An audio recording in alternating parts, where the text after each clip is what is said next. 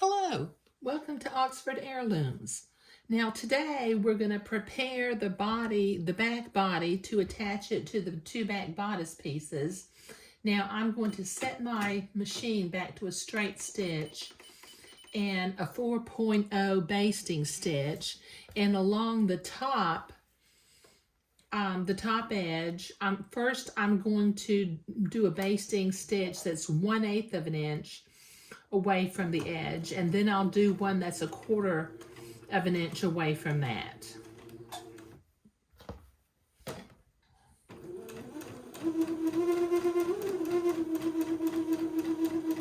Now I'm starting on the left side, and I've got my placket pinned to the inside on the left side.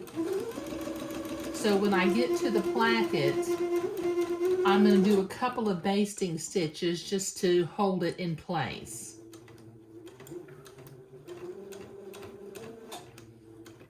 Move my pin down. I don't want to take my pin out because I don't want to end up forgetting that this is the side the placket needs to be folded under. Okay, so I've got one done. Okay, so I need to make 3 more basting threads, so I'll be right back after I get that done. Okay, I have my basting thread sewn. Now starting with my left back side where the placket is folded inward, I'm going to line that up with the top bodice and the edge of the entredot, and I'm going to pin that in place. Then I'm going to grab my gathering threads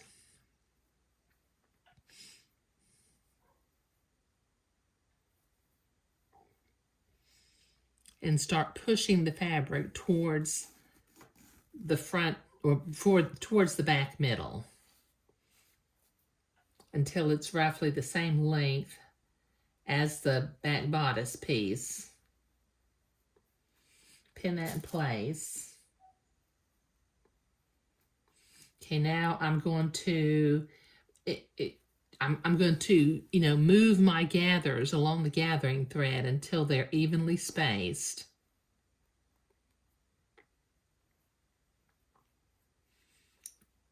And pin that in place.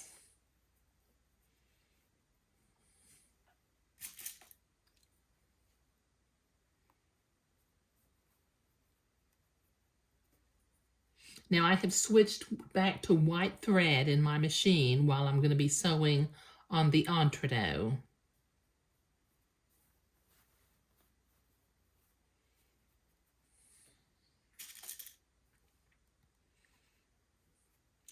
And I've got it set for a straight stitch so that I can sew the entredot on.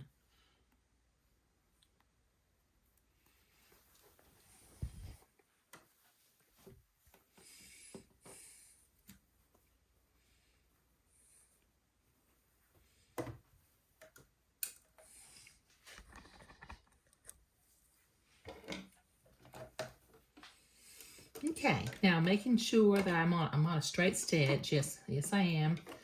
I'm next to the entredot ladder, and I'm going to tack that down and then proceed to sew the entredot to the back body piece.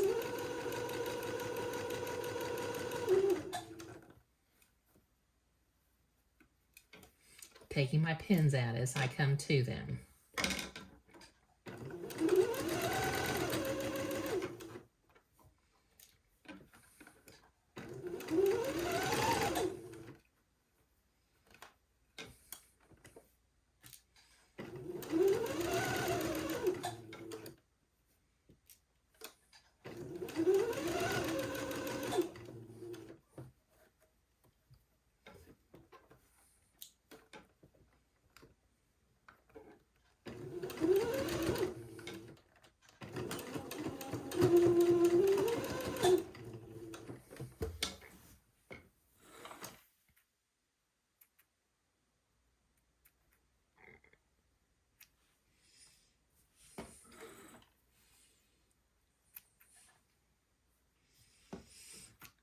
Okay, now I'm going to go to the ironing board and I'm going to press that seam, that batiste seam, to the back, and then I'll come back and I'll zigzag that, but that'll take me a minute.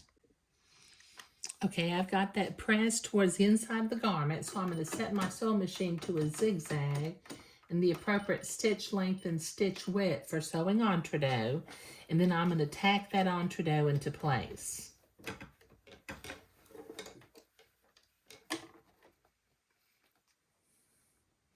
Making sure that I catch the fabric on the left and I go in the entredot hole on the right.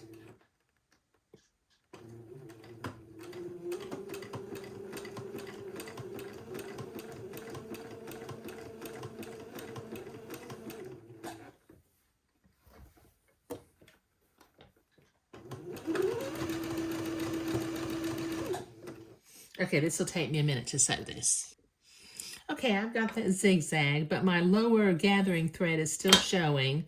So I'm going to use my seam ripper and pull that out. Okay, and then reach in on the inside and grab the bobbin thread and pull it out also.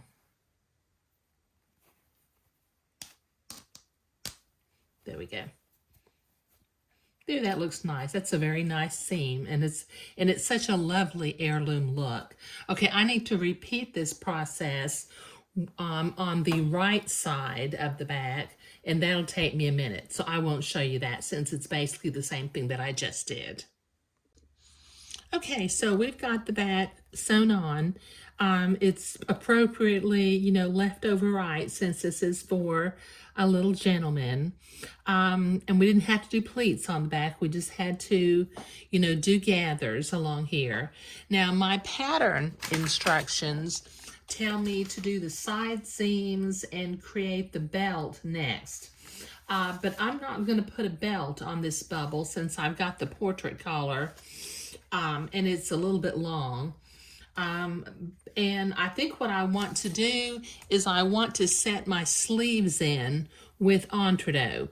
Notice we've got the entredot at the shoulder seam, and at the back and at the front seams. And we have a 1/4 inch seam allowance for this sleeve. So I'm going to go ahead in the next video. I will begin to prepare the entredot for the sleeve opening so that I can set my sleeves in with an entredot seam. But sewing the back of the bubble onto the back bodice or the back yoke pieces was what we were doing today. And this is starting to turn out very, very lovely. Thank you.